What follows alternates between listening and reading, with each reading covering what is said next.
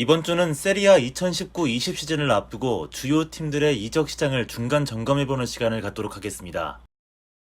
일단 이번 이적 시장 가장 활발한 움직임을 보여주고 있는 유벤투스부터 살펴보도록 하겠습니다. 시작부터 좋은 출발을 보였던 유벤투스의 이적 시장입니다. 프리 영입으로 아론 램지를 공짜로 데려온 것을 시작으로 파리 생제르맹에서 다소 잡음이 있었던 아드리앙 라비오까지 공짜로 불어왔습니다. 지난 시즌 미드필더 구성에 다소 애를 먹었던 유벤투스였는데 돈 한 푼 안 들이고 미드필더 보강을 끝낸 것은 참 고무적이라 할 수 있겠습니다. 특히 라비오는 파리에서 너무 오래 뛰지 않아서 약간은 우려가 있었는데 일단 프리시즌에서는 아주 만족스러운 움직임과 패스를 보여주고 있습니다.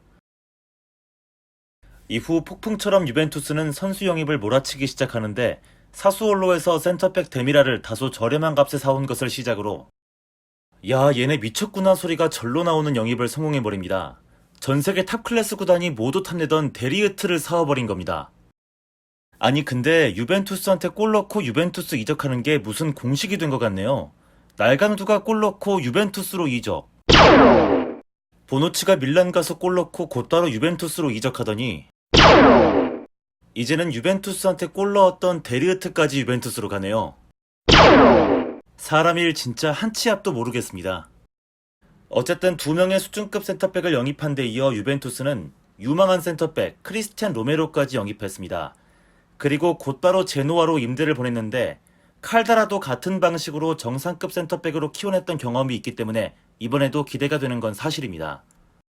그리고 유벤투스는 팀의 상징이라고 할 수 있죠. 부폰까지 프리 영입으로 다시 데려왔습니다. 부폰은 8경기만 더 뛰면 말디니를 밀어내고 세리아 역대 최다 경기 출전 1위 선수가 될 수 있습니다. 아차차!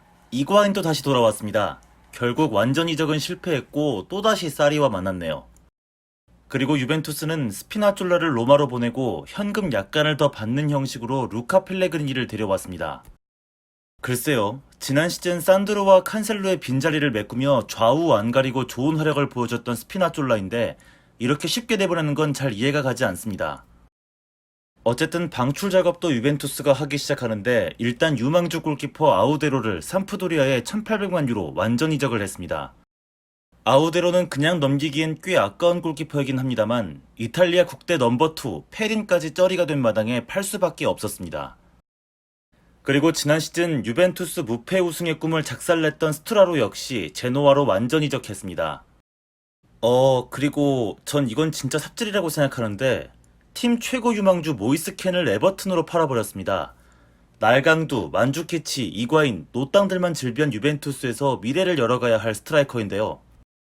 특히 지난 시즌 드리블이며 피지컬, 슈팅 스킬까지 완전히 무르익었다고 해도 과언이 아닐 정도로 발전된 모습을 보여줬는데 그냥 내보내다니요.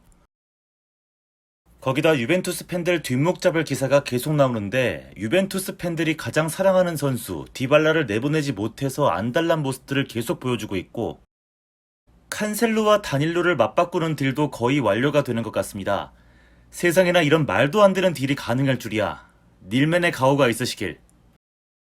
그리고 칼치오 피난자라고 하는 이탈리아의 축구 관련 경제 전문지에서 흥미로운 분석을 내놨는데 간단하게 설명을 좀 해보고자 합니다.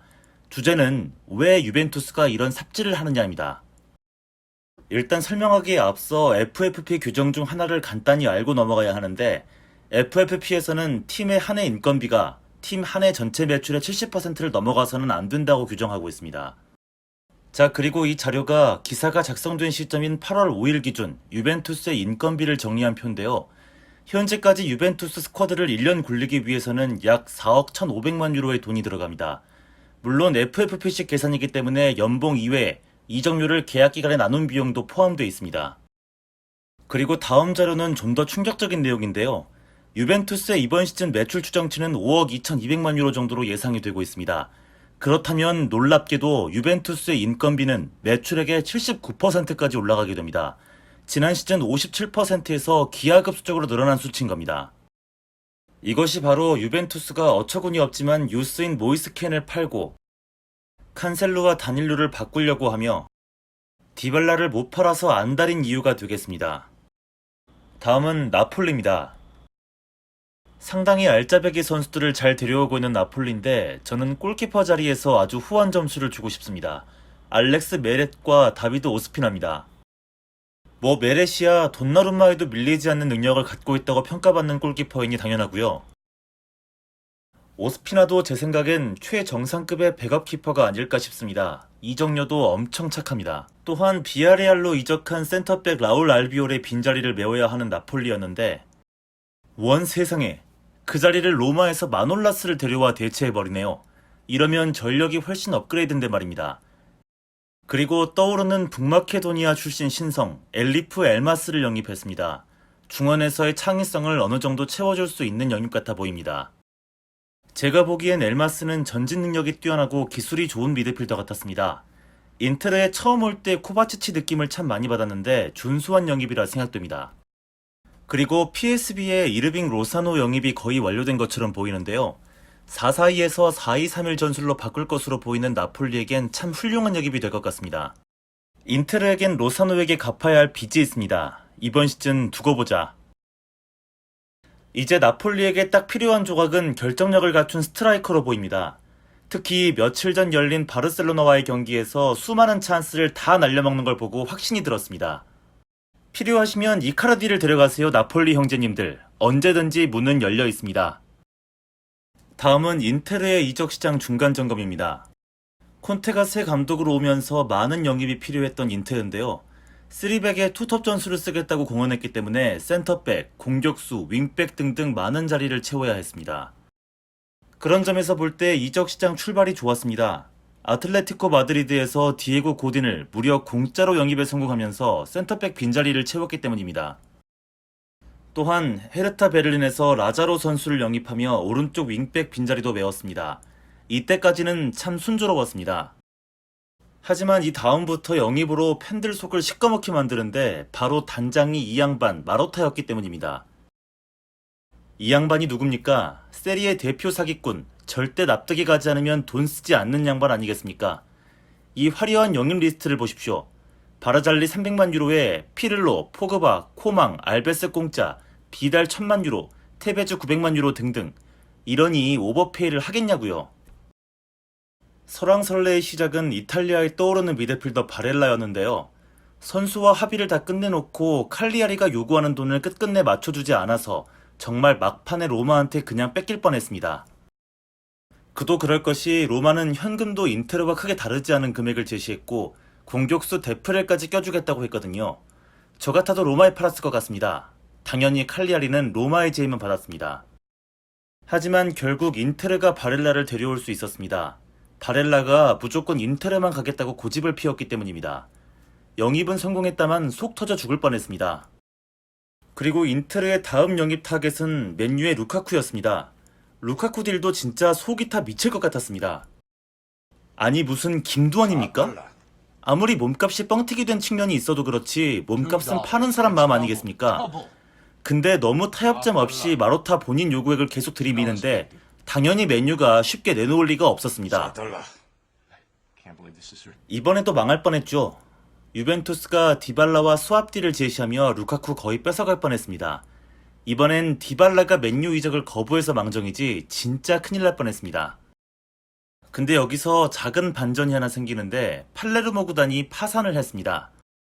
그리고 이 팀에는 원래 인테르 유스 출신 공격수 푸스카스가 100만 유로의 이적료로 이적하기로 되어 있었는데요. 그 이적도 구단 파산으로 취소가 됐습니다.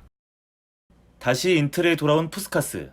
그런데 잉글랜드 챔피언십의 레딩이 무려 1000만 유로로 얘를 샀습니다. 우와, 기대치 않던 꽁돈이 생겼습니다. 그렇게 이 꽁돈을 싹 다 끌어모으며 인테르는 결국 꿈에 그리던 루카쿠를 사올 수 있었습니다. 와, 진짜 오래도 끌었다. 아, 그리고 인테르의 이번 주요 영입 중 하나가 사수올로에서 데려온 스테파노 센시인데요. 브로조비치의 백업롤을 맡아줄 것으로 생각했습니다.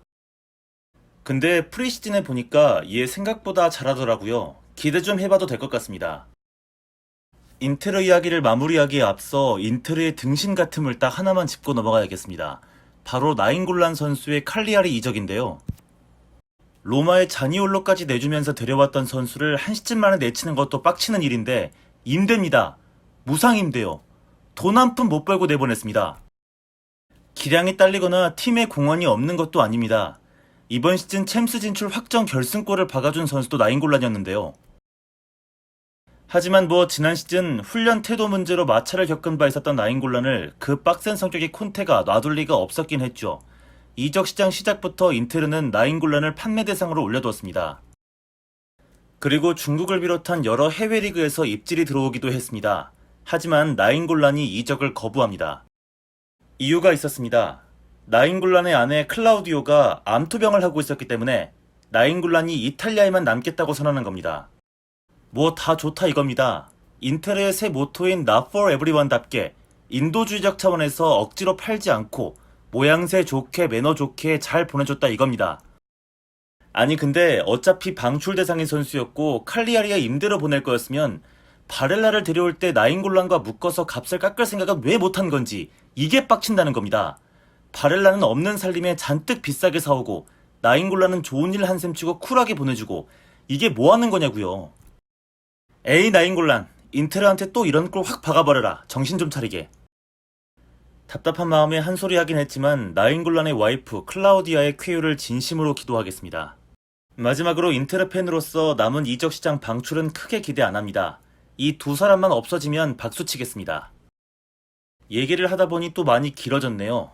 이적 시장 중간 점검, 나머지 팀들은 다음 주에 해야 할 것 같습니다.